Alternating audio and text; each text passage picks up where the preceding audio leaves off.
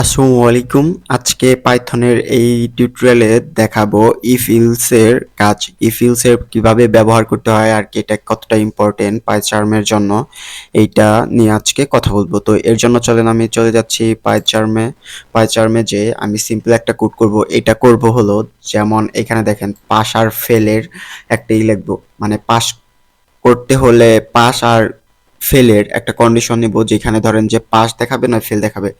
যখন আপনি পাস ফেলের কথা হবে তখন তো আপনার দুইটা একসাথে কখনো দেখাবে না, হয়তো আপনি পাস করছেন না হয় আপনি ফেল করছেন। কখনো কি পাস ফেল একসাথে দেখানো হয়? একসাথে দেখাবে না।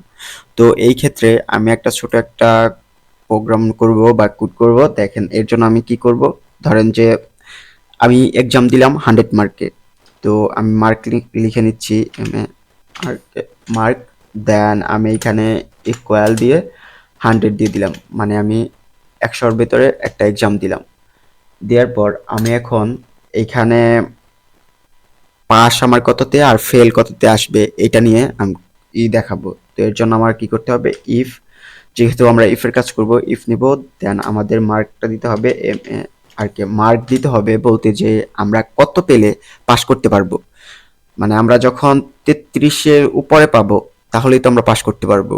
যেমন তাহলে আমরা এখানে কি দিব, গেটার দেন, সরি, গ্রেটার দেন ইকুয়াল, মানে আমরা 33-এর উপরে পেলে পাস, আর যদি এলো 33 পাই তাহলেও পাস। এর জন্য আমাদের এখানে একটা 33 দিয়ে দিলাম। তো দেওয়ার পর আমরা এটাকে এখন এইখানে প্রিন্ট করব, আমরা হলো পাস। যদি এইটা আসে তাহলে আমাদের কি প্রিন্ট করবে, পাস দেখাবে, প্রিন্ট প্রিন্ট, দেন ডাবল কোটেশন, দেন আমাদের এখানে কি দিতে হবে, পাস দিতে হবে, P A double S, pass. তো এটা করলাম। এখন আমাদের আরেকটা কন্ডিশন কি নিব, যে হলো আমরা এখন এখানে দিব যে ফেল, যদি 33-এর নিচে পাই বা তাহলে আমাদের ফেল আসবে। তো এর জন্য আমাদের কি করতে হবে, আবার ইফ নিতে হবে, দেন আমাদের কি করতে হবে, মার্ক দিতে হবে, M A R K, mark less than কি দিতে হবে, ধরেন যে আমি এখানে 30 দিয়ে দিলাম, মানে এটার নিচে যদি 100 থেকে 30 ছোট হয়ে থাকে, মানে 30 নিচে যদি পাই তাহলে আমাদের এখানে ফেল আসবে। তো এর জন্য আমি এখানে প্রিন্টে আমি দেখাবো ফেল, পি আর আই প্রিন্ট, দেন ডাবল কোটেশন, এখানে কি দেখাবে, ফেল দেখাবে, এফ এ ফেল। তো আমাদের এটা ফেল দেখাবো। তো দেখি আমাদের রেজাল্টটা কি আসে। দেখেন এখানে আমাদের পাস আসছে। অবশ্যই এইখানে মার্কটা আমাদের 33-এর থেকে 100 বড়। তো আর না হয় সমান। তো 33 পেলে পাস। আর যদি ধরেন এইখানে দেখেন এটা তো আর 100 থেকে 33 কখনো বড় হতে পারে না, তার জন্য আমাদের এইখানে ফেল আসছে। তো ইকুয়াল যদি থাকতো তাহলেও হইতো। তো দেখেন এইখানে আর একটা জিনিস, এই ইফ এর কাজ যতবার আমরা ইফ এখানে করব, মানে যতগুলা করব, 1000টা যদি ইফ এর কাজ করি তাহলে ওই 1000টা আমাদের এইখানে এরা হলো চেক করবে। এখানে দেখেন দুইটা ইফ করছে, দুইটা চেক করছে, চেক করে আমাদের পাস ফেল দুইটাই চেক করছে, চেক করে আমাদের রেজাল্টটা যেটা আসছে এটা দিয়ে দিছে।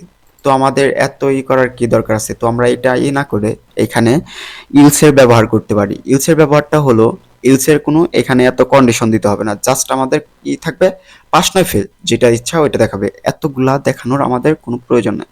তো এর জন্য আমরা এখানে কি করব, এটাকে কেটে দিলাম। দেখেন এটাকে আমি কেটে দিয়ে এখানে আমি কি লিখবো, ইলস লিখবো। ইলসের ইএলএসই, ইলস, ইলস দিয়ে ইলসের কোনো দিতে হবে না, জাস্ট আমাদের কি করবে, এটা হলো পাস নয় ফেল এটা দেখাবে। এইখানে রান করবে না। যদি ধরেন যে আমাদের এখানে পাস হয় তাহলে এতটুকু চেক করবে না কোড, আর যদি ফেল হয় তাহলে এইটা না করে ডিরেক্টলি আমাদের ইলসে চলে আসবে। তো দেখেন এটা আমি রান করতেছি, আমাদের এখানে কি আসছে, পাস আসে। তো ধরেন আমি এইখানে যদি 20 দিই, ধরেন 10 দিয়ে দিলাম, 10 দিলাম, তাহলে আমাদের অবশ্যই এটা ফেল আসবে। দেখেন এখানে ফেল আসে, মানে এখন আমাদের এই ইফের কাজটা করেনি, ডিরেক্টলি কি করছে, এইখানে এই কাজটা করে দিছে। আর যদি ধরেন যে এখানে ইফ ইলসের কাজ দিতাম তাহলে আমাদের কি করতো, এটাকে চেক করতো, দেন এই ইফ ফার্স্ট ইফ চেক করে সেকেন্ড ইফে আসতো, থার্ড ইফে আসতো, 1000টা ইফ দিলে 1000টাই চেক করবে। আর যদি আপনি একটা ইফ আর ইলসটা করেন তাহলে আপনি ফার্স্টটা এখানে চেক করবে, মানে চেক করার কোনো প্রয়োজন নাই, এখানে কি করবে ডিরেক্টলি আপনার নিয়ে যাবে, আপনার পাস আসলো না ফেল আসবে এটাই নিয়ে যাবে। তো ধরেন এইসব ক্ষেত্রে যখন আপনার কন্ডিশন থাকে তখন তো আপনার যে কোনো হ্যাঁ কিংবা না এটা দুইটা তো কখনো এক হতে পারে না। তো এরকম পাস আর ফেল তো দুইটা এক হতে পারে না, হয়তো পাস না হয় ফেল। তো এটার জন্য আমরা ইফ কেন বারবার ইউজ করব, তো এর জন্য আমরা এই ক্ষেত্রে কি করব, ইফ আর ইলস এর ব্যবহার করব, যাতে ধরেন যে আমরা ইজিলি প্রোগ্রাম করতে পারি, এটা একটা স্ট্যান্ডার্ড হয় যে এখানে আমাদের তো কন্ডিশন বলতেছে কন্ডিশন পাস না হয় ফেল। তো এই ক্ষেত্রে আমরা ইফ আর ইলস এর ব্যবহারটা করব। দেখেন এইখানে আমি এখন তো পাস ফেলেরই দেখালাম, এইখানে আমি আরেকটা জিনিস আপনাদের দেখাচ্ছি, সেটা হলো যে আপনার এইখানে বড় সংখ্যা কিভাবে মানে করবেন, এই রকমই মানে লার্জেস্ট সংখ্যা যেখানে মনে করেন যে বড় ছোটকে বাছাই করবেন আপনি। ধরেন এইখানে আমি আগে আপনাদের একটা জিনিস দেখাচ্ছি, লার্জ লার্জ সংখ্যা বের করব, এল এ আর ও সরি এল এ আর জি ইএসটি প্লাস। তো এখানে আমি জিনিসটা কি করব, এখানে ধরেন যে আমি এটাকে কেটে দিয়ে আমি এখানে লিখবো হলো, ধরেন সিম্পলি আমি লিখতেছি নাম্বার ওয়ানে নাম্বার ওয়ান ইকুয়াল 30।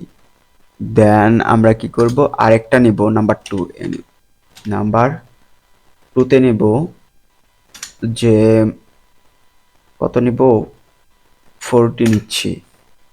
তো এইখানে আমাদের এখন আমরা জিনিসটা করব যে আমাদের এইখানে দুইটার মাঝখানে বড় সংখ্যা কোনটা, মানে 30 বড় নাকি 40 বড়, তো আমাদের এখন কোনটা দেখাবে। তো এর জন্য আমাদের এইখানে কি করতে হবে, এটাকে রিমুভ করে আমরা কেটে এখানে দিব হলো number one, number one then less than, oh sorry আমি গ্রেটার দেন দিলাম, greater than number two, anyway but two.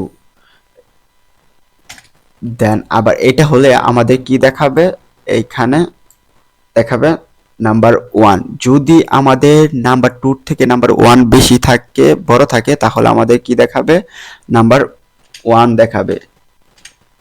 আর যদি আমাদের হয় মানে এখানে যদি ধরেন যে না হয় তাহলে আমাদের এখানে কি দেখাবে, টু দেখাবে, নাম্বার টু। যদি আমাদের এইখানে ধরেন যে নাম্বার দুইয়ের থেকে নাম্বার এক বড় হয় তাহলে আমাদের কি দেখাবে, নাম্বার ওয়ান প্রিন্ট করবে, মানে আমাদের প্রিন্টটা হবে কত 30।